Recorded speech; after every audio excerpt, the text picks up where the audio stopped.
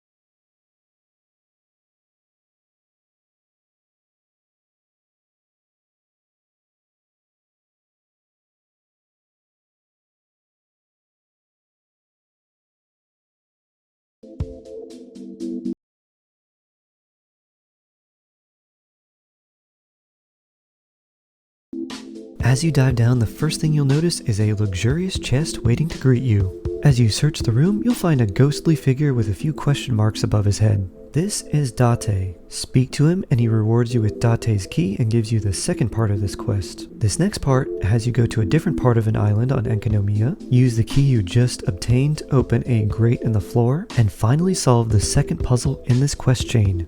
This puzzle might actually be fairly simple, but it did take me a little bit to solve.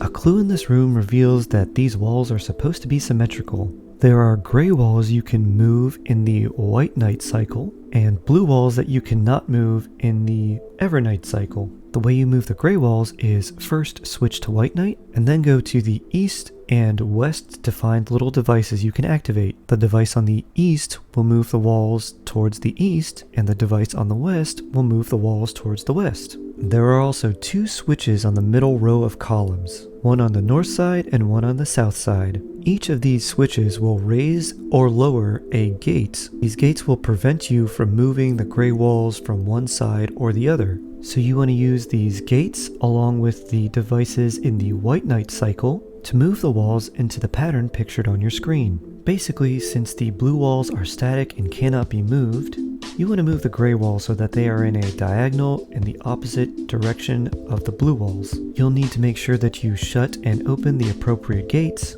as the devices in White Night move all the walls, but if you have a gate up, those walls can't be moved. Now the way I did it was quite a roundabout way, so I wouldn't necessarily follow along with everything that I'm doing in the video, just use it for reference. However, if you're still confused, you can follow along with what I did, but it just might take you an extra minute.